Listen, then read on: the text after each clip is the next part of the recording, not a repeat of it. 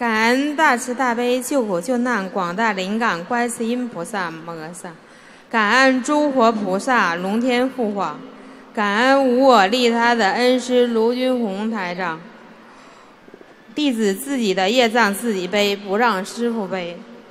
我是1982年的狗，看看我的身体情况。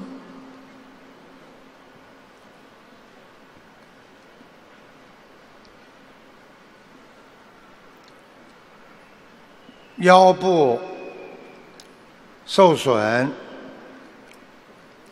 是，从颈椎到胸椎这一段做过手术，脊柱放的钉子钛板，看到做的脊柱后脱矫形手术。看到了，现在里边还有钉子，有钉的16个钉子，8个钛板。神经免疫系统最早出毛病，是有系统红斑狼疮的毛病。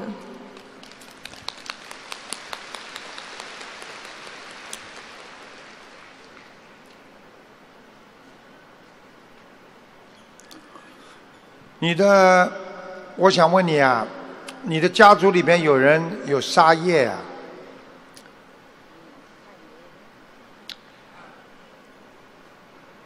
农村里有人好像杀过牛，也不要杀过羊，一个大动物。当时小的时候，有没有？有，我爷爷杀过牛。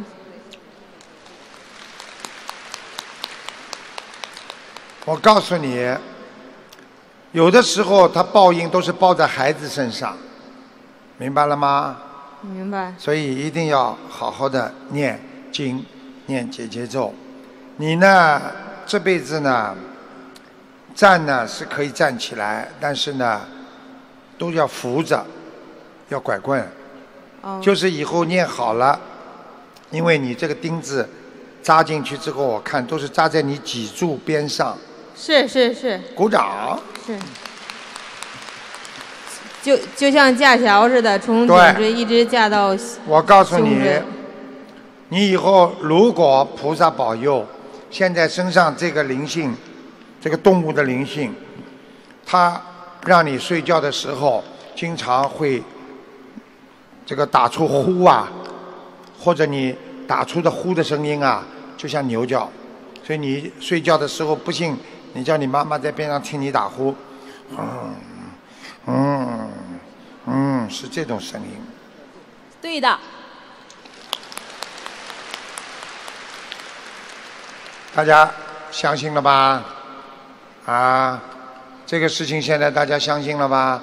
我告诉你，在你身上，所以你必须把它念掉，而且非常的麻烦。他的要的小房子特别多，要180。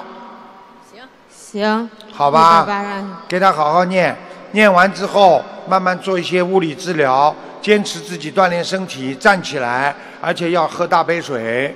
是。好吗？还要吃丹参片。是。增加你的血液循环。你现在2个脚，有一个脚是发麻的。是。不大能动了。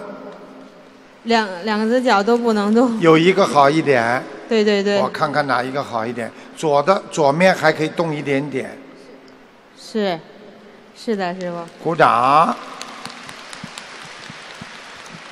对不对啊？对。你好好的修，好不好啊？你机缘成熟了。台长帮你一把，你就可以站起来了。是我放多少条鱼，然后放鱼放8000条。好。慢慢放，你要许个大愿，好吧？好。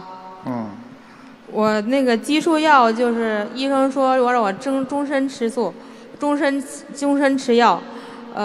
等到你差不多了，我估计你是到明年的4月份开始明显好转，一直坚持到8月份，如果比较稳定，你跟医生说激素药就可以减量。好。听得懂了吗？好的。如果你的脚不肿了，脸不肿了，你进步，那就灵性就走了。下一次我再帮你看一下，如果没有灵性了，结束。好，谢谢台长。啊，您再帮我看看我的佛台。佛台的主人是1954年的马。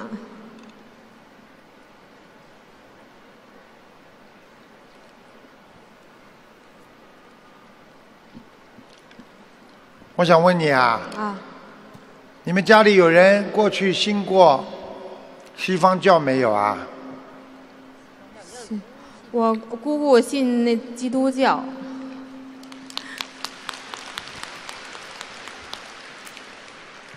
他到你们家来过没有啊？来过。他帮你在你们家祈祷，你知道吗？那没看着，反正人家待过。你没看见？他在祈祷，我就看见你姑姑样子了，没你脸这么大。啊，是。也是瘦瘦的，个子不高。对对对对。头发往后梳的。对对对。啊，现在知道了吗？是。现在知道了吗？我告诉你，他帮你祈祷，祈祷过之后，他而且冲着佛台祈祷。现在菩萨不来了。